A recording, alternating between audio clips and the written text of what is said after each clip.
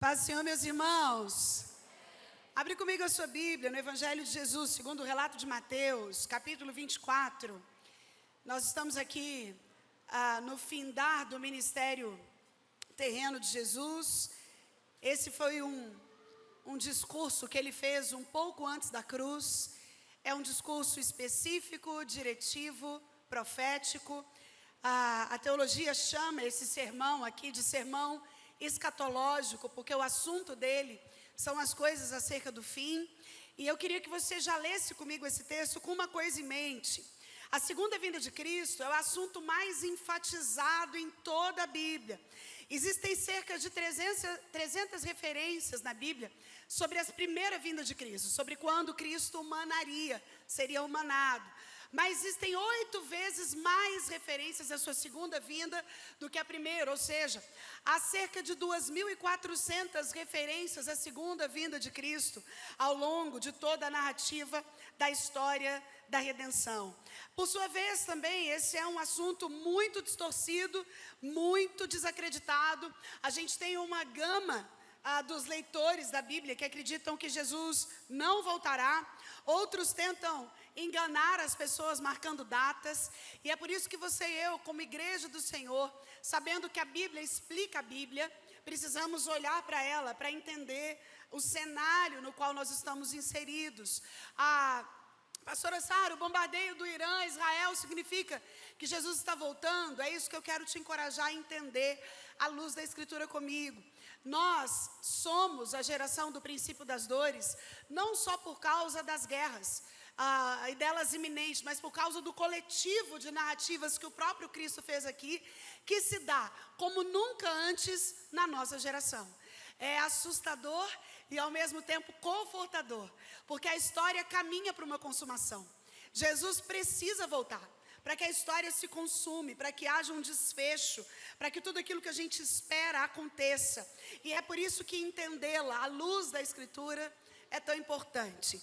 Mateus capítulo 24 diz assim a palavra de Deus: tendo Jesus saído do templo, ia se retirando quando se aproximaram dele os seus discípulos para lhe mostrar as construções do templo. Ele, porém, lhes disse: não vedes tudo isso? Em verdade vos digo que não ficará aqui pedra sobre pedra que não seja derribada. No Monte das Oliveiras achava-se Jesus assentado. Quando se aproximaram dele os discípulos, em particular lhe pediram: dize-nos quando sucederão essas coisas, e que sinal haverá da tua vinda e da consumação dos séculos? A dúvida dos discípulos era a mesma a nossa hoje. Os discípulos queriam alguma certeza. Eles sabiam que estava chegando a hora de Jesus ir morrer na cruz, eles criam na ressurreição, mas eles queriam uma garantia. Como é que a gente vai saber que o Senhor vai voltar? Nos dá sinais. Verso 4. E ele lhes respondeu: vede que ninguém vos engane, porque virão muitos em meu nome, dizendo: eu sou o Cristo, e enganarão a muitos. E certamente ouvireis falar de guerras e rumores de guerras. Vede, não vos assusteis, porque é necessário assim acontecer, mas ainda não é o fim. Porquanto se levantará nação contra nação, reino contra reino, e haverá fomes e terremotos em vários lugares. Porém, tudo isso é o princípio das dores. Você vai ver aqui como o Senhor Jesus, numa alternativa pedagógica para transferir aquilo que ele gostaria que o povo entendesse, sugere as dores de parto. Então ele faz uma analogia ao parto, de modo que ele fala de princípio das dores. Agora, daqui por diante, ele vai falar de como essas dores se acentuam e de como elas ficam cada vez mais intensas, até que há a expulsão do bebê, ou seja, a chegada do Filho do Homem. Então ele faz essa analogia, porque nós sabemos que uma mulher, depois que entra nas dores do parto, não tem como recuar desse processo. É por isso que a analogia é tão perfeita. Depois que as dores do parto começam, elas só intensificam até que o bebê nasce. Então nós estamos hoje nesse contexto histórico de princípio das dores, e é isso que Jesus está falando aqui. Verso 9: então sereis atribulados e vos matarão, Sereis odiados de todas as nações por causa do meu nome. Só fazer um parêntese. Esse aqui é o versículo que a gente ainda acredita que ainda tem um tempinho por aí. Porque isso não começou. A gente ainda tem liberdade, né? Você vem à igreja, você sai da sua casa com a Bíblia na mão, você ainda pode se declarar crente. Jesus está falando que perto da volta dele, a gente vai começar a morrer, né? Nós seremos atribulados, o mundo vai entrar num território muito mais severo e danoso e de sofrimento do que esse que nós estamos agora, mas fica tranquilo que a gente está caminhando para isso, viu? Verso 10. Nesse tempo, muitos hão de se escandalizar, trair e odiar uns aos outros. Levantar-se-ão muitos falsos profetas, enganarão a muitos. E por se multiplicar a iniquidade, o amor se esfriará de quase todos. Aquele, porém, que perseverar até o fim, esse será salvo. E será pregado esse evangelho do reino por todo o mundo, para testemunho a todas as nações. Então, virá o fim. Quando, pois, virdes o abominável da desolação, de que falou o profeta Daniel no lugar santo, quem lê entenda, então, os que estiverem na Judéia, fujam para os montes. Quem estiver sobreirado, não desça a tirar de casa alguma coisa. E quem estiver no campo, não volte atrás para buscar sua capa. Ai das que estiverem grávidas e das que amamentarem naqueles dias.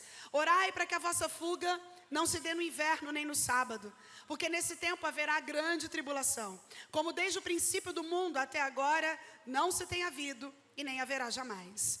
Não tivessem aqueles dias sido abreviados, ninguém seria salvo.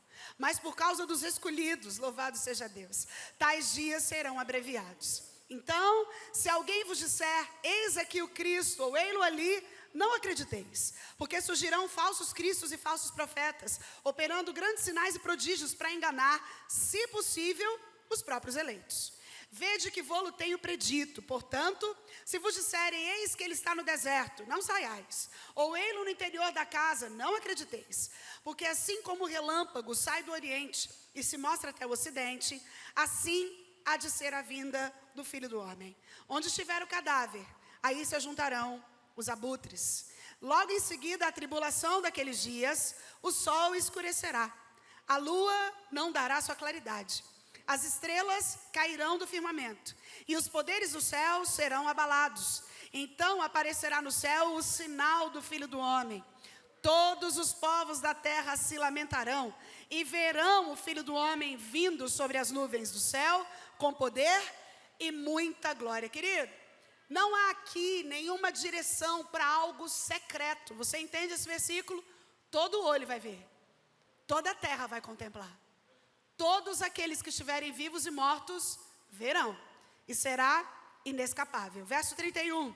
E ele enviará os seus anjos com grande clangor de trombeta, os quais reunirão os seus escolhidos dos quatro ventos, de uma a outra extremidade dos céus. Aprendei, pois, a parábola da figueira. Quando já os ramos se renovam e folhas brotam, sabeis que está próximo o verão.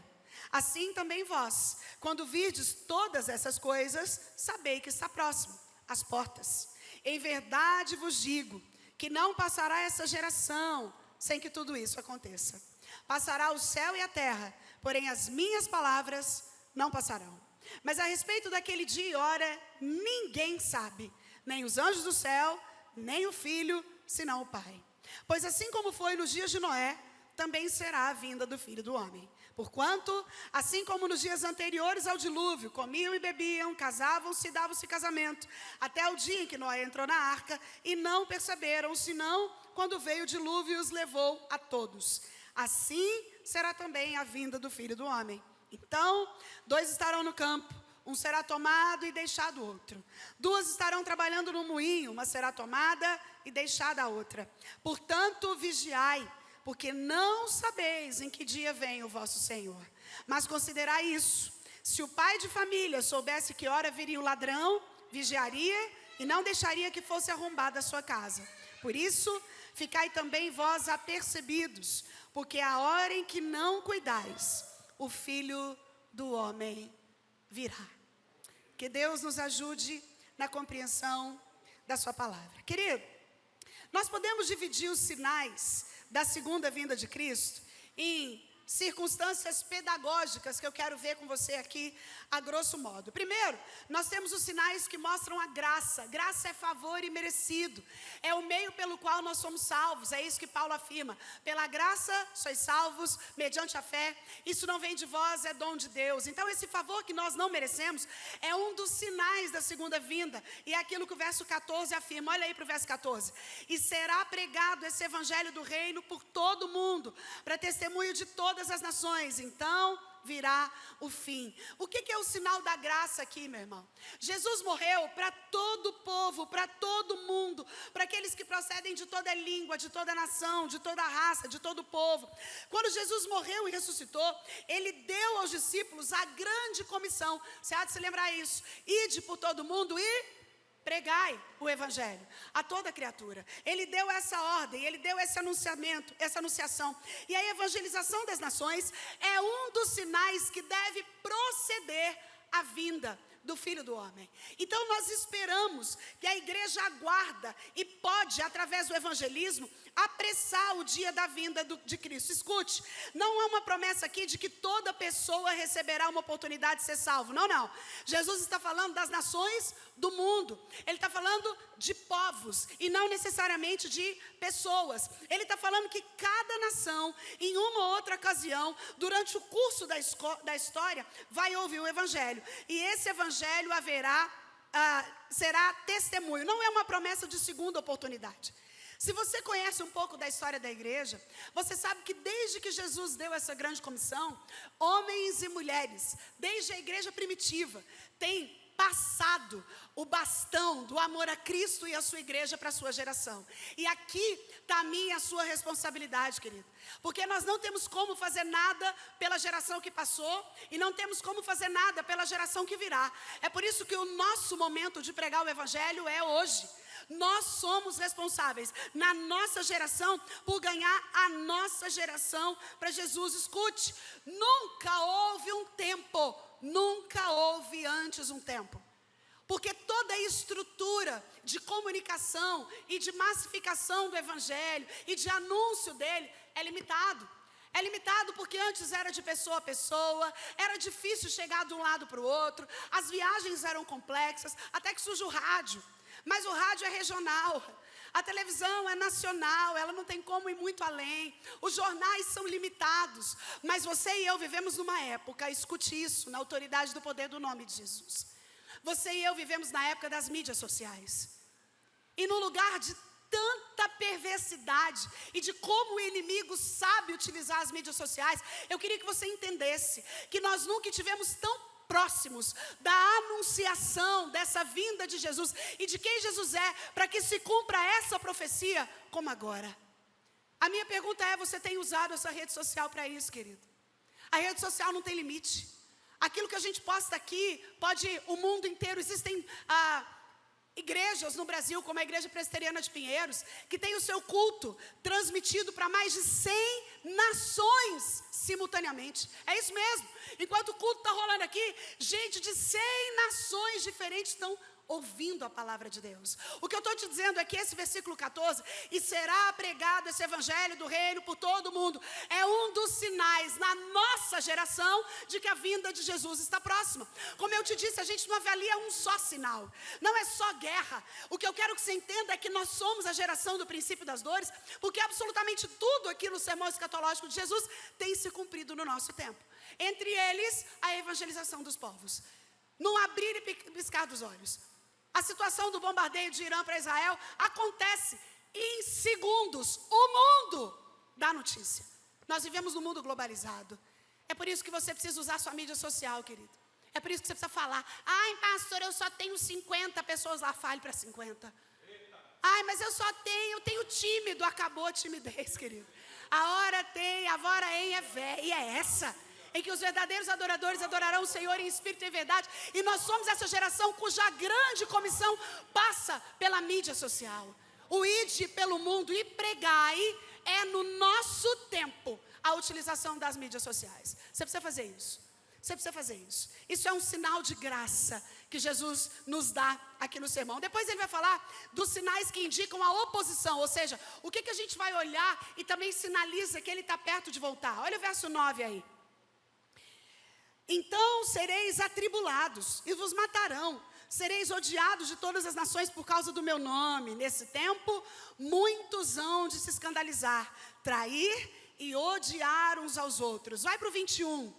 Porque nesse tempo haverá grande tribulação, como desde o princípio do mundo até agora não tem havido, nem haverá jamais. Não tivessem aqueles dias sido abreviados, ninguém seria salvo. Mas por causa dos escolhidos, tais dias serão abreviados. Então, primeiro Jesus fala de um sinal de graça. O mundo todo vai ouvir falar do Evangelho. Segunda coisa, como é que você sabe que eu estou próximo de voltar? Os sinais que revelam a oposição. Escute, a vinda de Cristo será precedida de um tempo de profunda angústia e dor.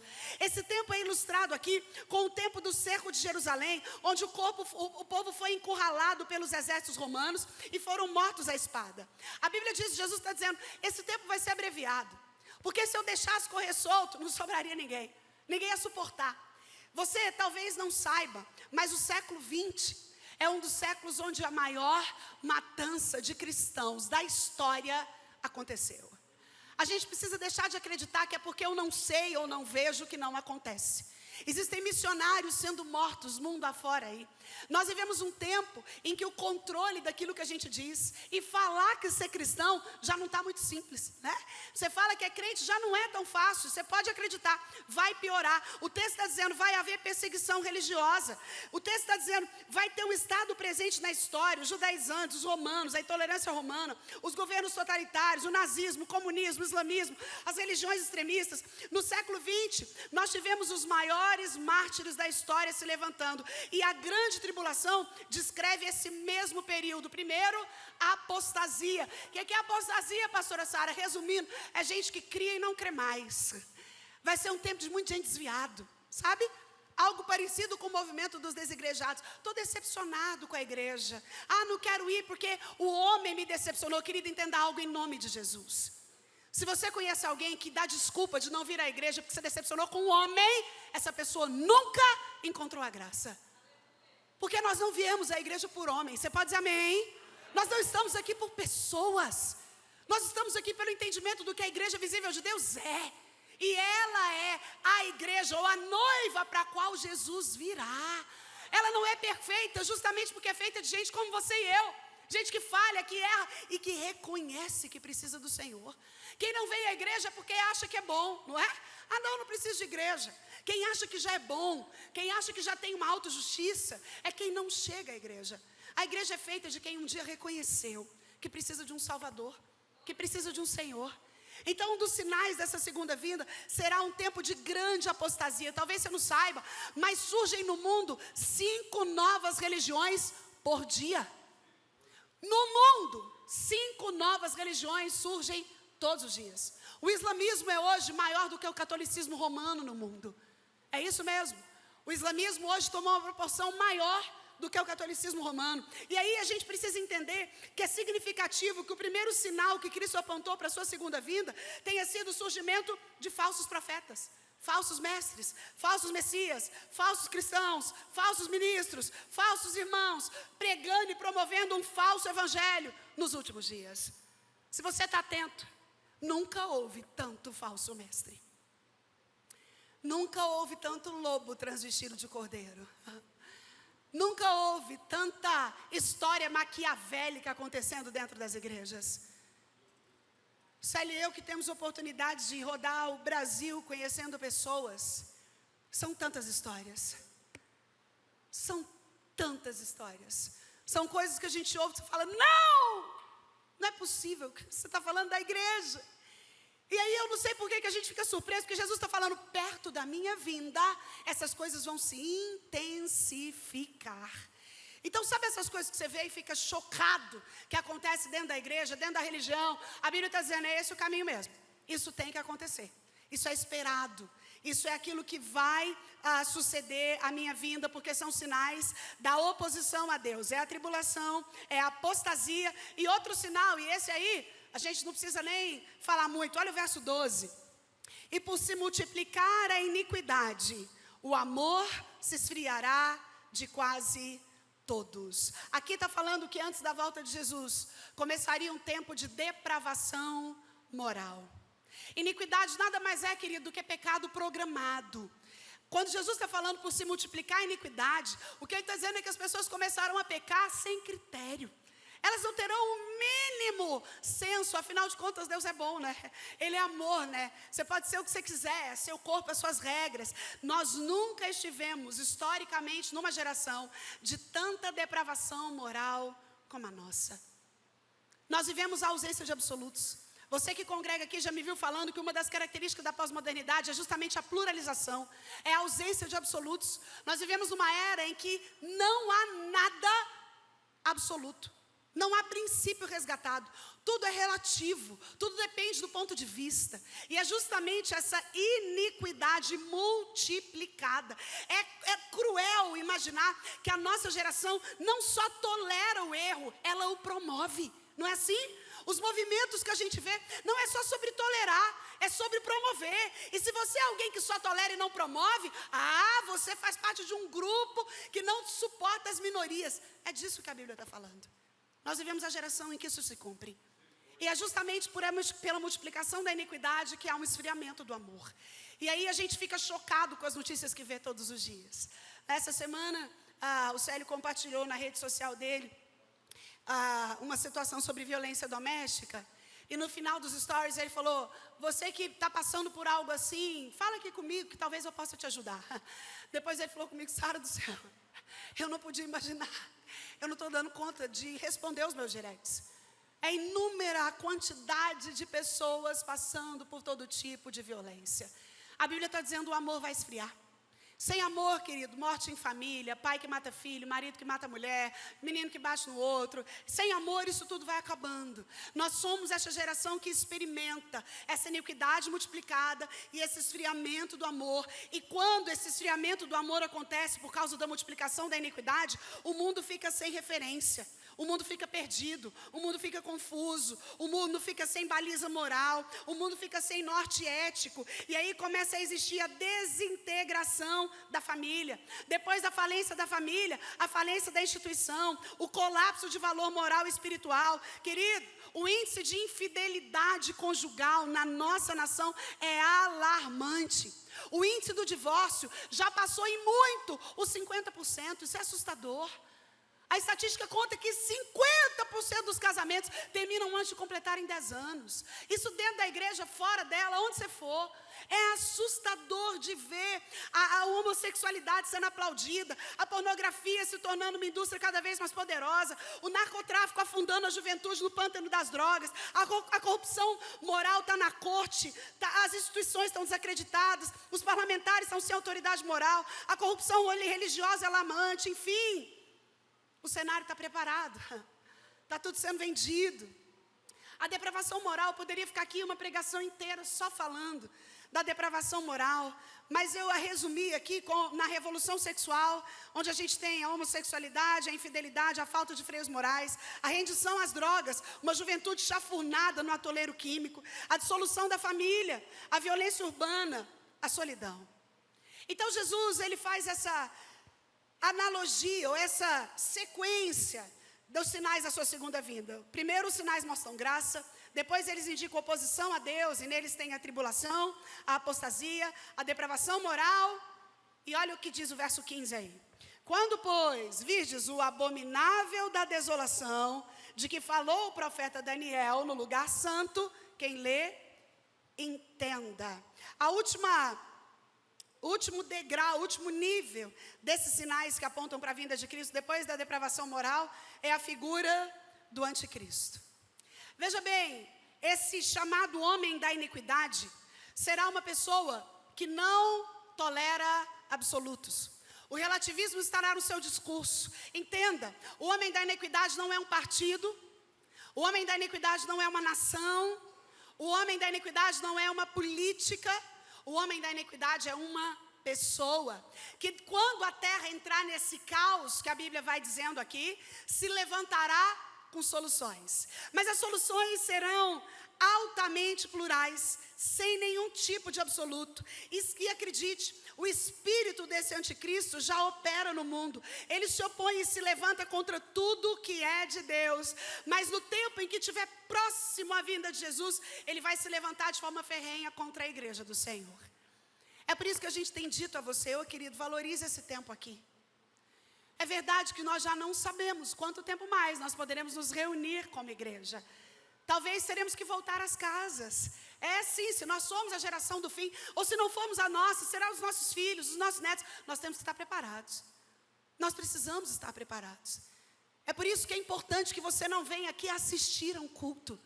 Você venha sempre participar de um. É por isso que é importante que ao sair daqui você entenda que está pisando em terras missionárias. Porque eu não posso evangelizar os seus amigos, mas você pode. Eu não tenho como falar de Cristo no seu ambiente de trabalho, mas você deve. Eu não tenho como dar testemunho na sua família, mas você precisa fazê-lo. É isso que Jesus está dizendo. O homem da iniquidade, esse anticristo, que não é um partido, não é uma instituição, não é uma religião, é um homem sem lei, é uma espécie de encarnação de Satanás. Ele vai agir na força e no poder de Satanás. E ele será levantado num tempo de apostasia. Sabe o que eu quero que você entenda? O cenário da apostasia já está preparado. Nós já vivemos um cenário de apostasia latente, de pessoas abandonando a Cristo por nada, de pessoas descrentes de que Ele é Deus, ou de quando acreditam que Jesus é bom. Eu acredito, Ele foi um homem bom, mas eu não acredito nesse Deus da Bíblia, né? Agora está comum falar isso, a gente escuta até gente importante falar, não, eu até acredito em Deus, mas eu não acredito no Deus da Bíblia. Então que Deus é esse? Se o Deus que nós cremos é o Deus que se revela por meio da Bíblia, e não há outra forma de conhecê-lo senão pela forma como Ele mesmo decidiu se revelar. Então essa apostasia é o cenário para o surgimento desse homem da iniquidade. Ele vai governar com mão de ferro, ele vai perseguir cruelmente a igreja, ele vai blasfemar contra Deus, e no auge do poder dele, aleluia, Cristo virá em glória. E a Bíblia diz que Ele o matará com o sopro da sua boca, amém? Com o sopro da sua boca, Ele vai destruí-lo. Isso tudo vai acontecer. Então, nós entendemos os sinais da segunda vinda. Sinais que mostram a graça, sinais que indicam oposição contra Deus, e a oposição se dá na apostasia, na tribulação, na depravação moral e no anticristo. Agora, Jesus muda para uma outra lacuna de sinais. E Ele vai falar dos sinais que indicam o juízo de Deus. Ou seja, primeiro existem sinais que mostram a graça. Agora existem sinais que indicam o juízo. Vai aí para o verso 6, meu irmão. E certamente, ou não é talvez, é certamente, é com certeza, ouvireis falar de guerras e rumores de guerras. Vede, não vos assusteis, porque é necessário assim acontecer, mas ainda não é o fim. O homem é um ser em guerra desde sempre. A primeira guerra aconteceu no seio de uma família, quando o irmão matou o outro. Quando Caim matou Abel, a guerra foi instaurada. E ao longo da história humana, a gente tem mais ou menos 13 anos de guerra para cada ano de paz. Desde 1945, após a Segunda Grande Guerra Mundial, o número de guerras tem aumentado vertiginosamente. Registra-se mais de 300 guerras desde então. Na formação das nações emergentes e na queda dos impérios antigos, a despeito dos milhares de tratados de paz, nos últimos 100 anos foi denominado o século da guerra. Nos últimos 100 anos, já morreram mais de 200 milhões de pessoas nas guerras. Segundo uma pesquisa da Reshape International Order Report, quase 50% de todos os cientistas do mundo, nós estamos falando de 500 mil pessoas, estão trabalhando em pesquisas de armas de destruição. Escute isso. Quase 40% dos recursos das nações são colocados em pesquisa e em fabricação de armas. Eu estou te contando que no nosso mundo a gente fala de paz, mas gasta com guerra. Eu estou te dizendo que no mundo a gente levanta a bandeira de paz, mas gasta mais de $1 trilhão por ano em armas e guerra. Sabia que a gente poderia resolver o problema da fome, do saneamento básico, da saúde pública e da moradia do terceiro mundo inteiro com esse dinheiro? Mas ao contrário disso, o mundo está encharcado de sangue. O que eu quero que você entenda é que a gente não está falando só da guerra de Israel. Talvez na quarta-feira a gente faça um estudo só sobre Israel. Vamos ver sobre o céu, para você entender o que Israel tem a ver de forma direta conosco e como é que esse cenário que acontece lá. É óbvio que se você conhece um pouquinho de história e está ligado no que está acontecendo, a severidade do ataque do Irã ontem contra Israel foi pela possibilidade de uma terceira grande guerra mundial. A partir do que aconteceu ontem, o mundo está em alerta. Eu li antes de vir para cá que o presidente de Israel, não, o primeiro-ministro de lá, estava esperando que o Brasil urgentemente se declarasse uma nota de repúdio contra o ataque. Não aconteceu até agora. Os mísseis do Irã, o Célio e eu estudávamos sobre isso hoje à tarde. O Irã tem míssil que atravessa 1.700 quilômetros. Eles têm muito mais homens do que o exército de Israel. E estalar de dedos deles ecoa uma guerra mundial. Querido, isso não é para te assustar, porque nós somos o único povo da terra que foi avisado. Você pode dizer amém? O nosso Cristo nos avisou. A gente não é pego de surpresa, a gente não anda sem saber, a gente não anda perdidão, achando que o mundo caminha sem direção. Não, nós somos um povo que reconhece um olhar amoroso de um Deus que nos preparou, de um Deus que nos contou, que nos revelou aquilo que aconteceria. Então, o cenário do mundo é de guerra. Mesmo quando a gente não fica tendo as noticiadas, o mundo está em guerra. E o aceleramento das guerras e a forma como elas estão constituídas revelam a proximidade da vinda do Filho de Deus. Veja você, não é só sobre as guerras, é sobre todo o contexto que Cristo narra, sendo desenhado assustadoramente na nossa geração. É sobre tudo aquilo que Jesus disse que aconteceria, sendo montado como quebra-cabeça no nosso tempo. Agora olha o que ele vai dizer ainda. Ele vai dizer que haverão terremotos. Olha o verso 7.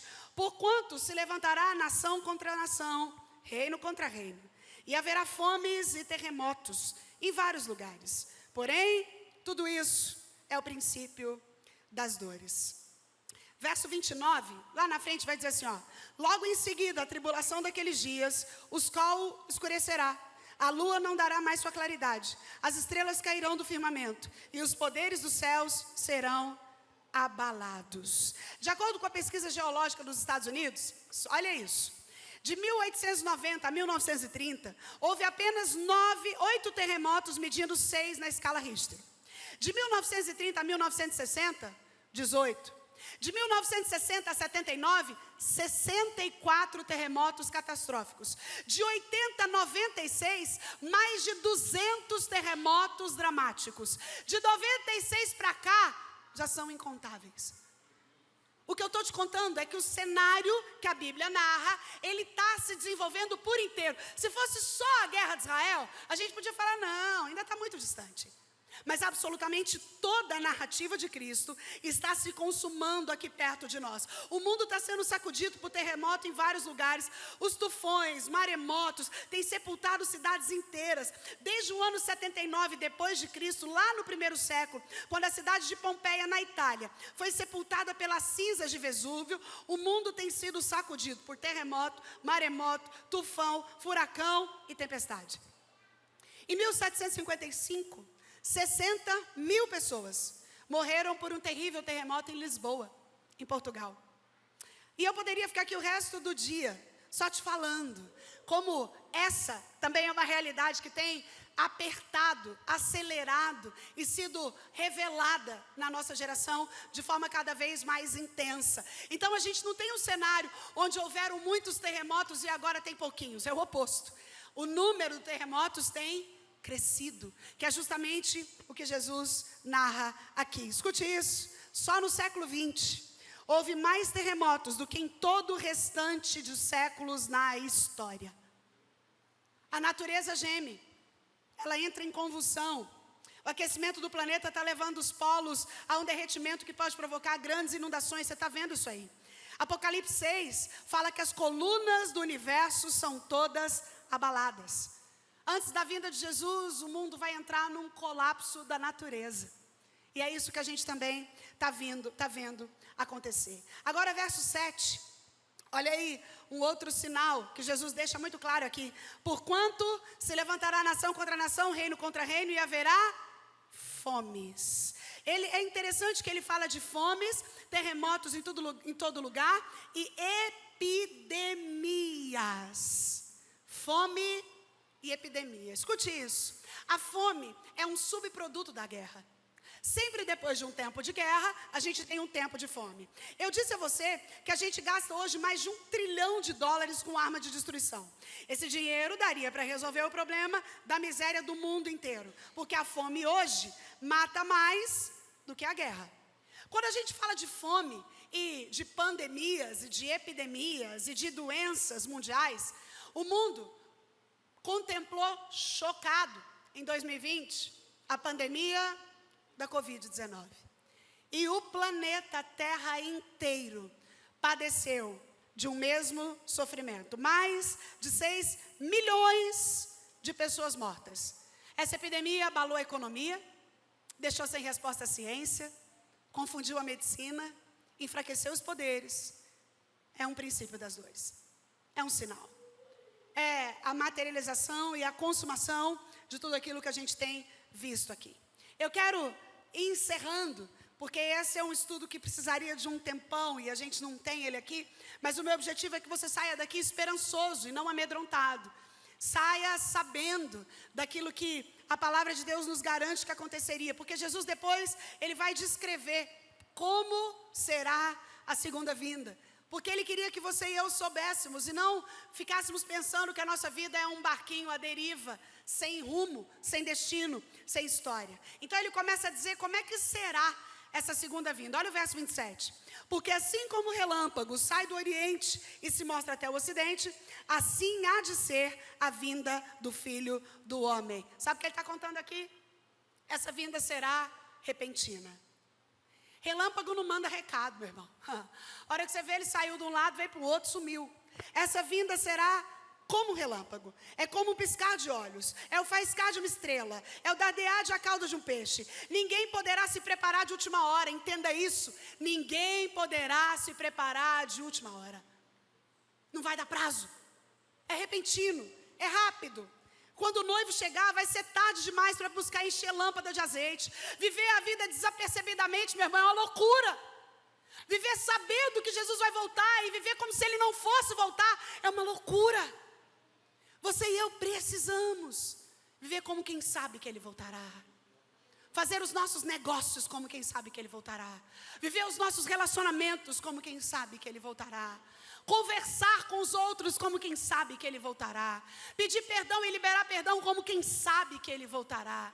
Nós precisamos ser o povo que vive como quem sabe que ele voltará. E aí essa é a pergunta que não cala para você nessa noite. Você está preparado, meu irmão?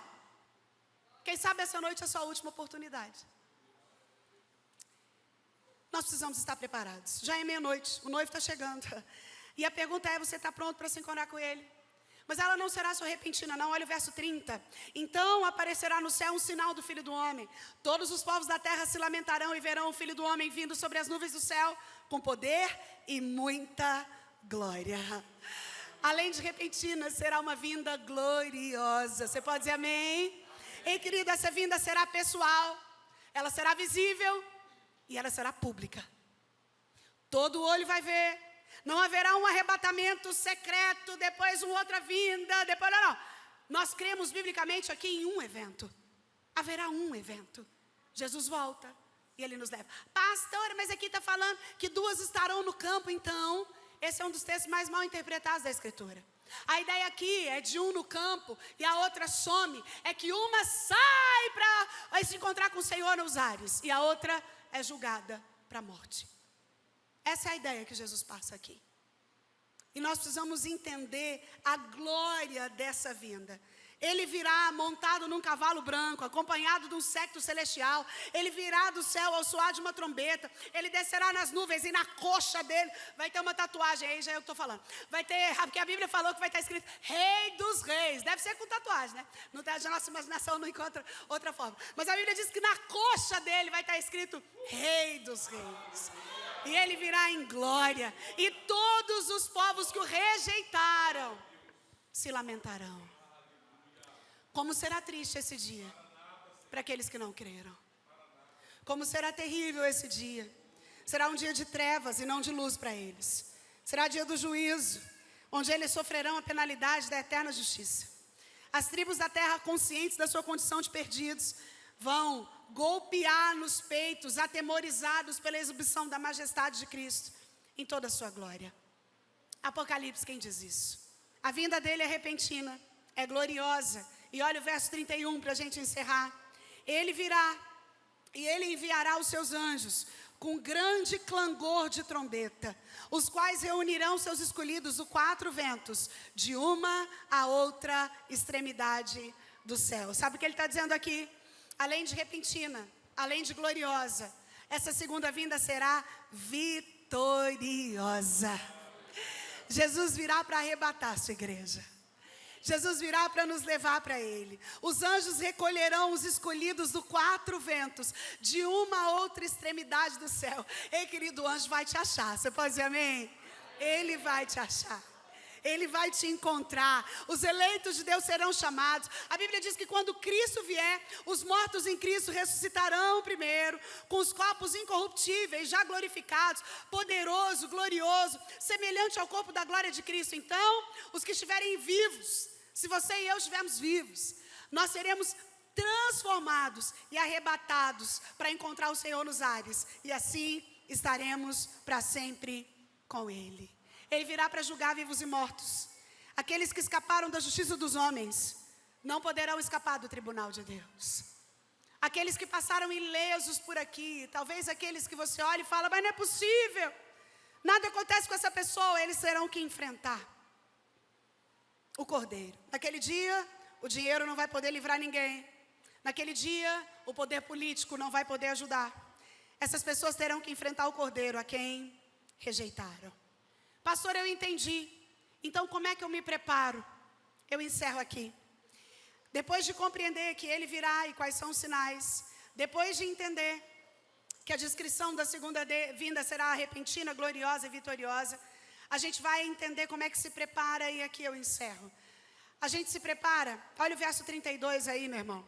Aprendei, pois, a parábola da figueira. Quando já os seus ramos se renovam e as folhas brotam, sabeis que está próximo o verão. O que a Bíblia está dizendo aqui? Jesus usa a analogia das estações. Ele está dizendo que quando a primavera chega e quando as flores começam a cair, todos nós já sabemos que virá então o verão. Ele está falando, então, assim como vocês, ao findar da primavera, sabem que o verão chegará, quando vocês virem esses sinais acontecerem, saiba que eu estou chegando. Saiba que é o momento, ou seja, a vinda dele vai ser precedida de avisos claros. A figueira começa a brotar, os sinais estão gritando aos nossos ouvidos, é para isso que a gente está falando desse assunto essa noite. O livro de Apocalipse nos mostra que Deus não derrama as taças do juízo sem antes tocar a trombeta. Nós estamos no momento das trombetas sendo tocadas. Agora a pergunta é, você está as escutando? Ou tudo que está acontecendo no mundo passa batido, porque você está olhando só para a sua própria história? A narrativa do plano da redenção e a sabedoria bíblica nos diz que Jesus virá em breve. Os sinais apontam para essa vinda próxima. E a palavra de Deus não pode falhar, porque em seguida Jesus vai dizer, passará o céu e a terra, mas as minhas palavras, olha o 35 aí, não passarão. O que ele está dizendo é impossível que tudo isso que eu estou falando não se cumpra. Isso vai acontecer. E aí, querido, você e eu precisamos nos preparar para isso que será imprevisível, inesperado, será para o juízo. E eu termino com você no verso 42. Portanto, vigiai, porque não sabeis em que dia vem o vosso Senhor. Mas considerai isso.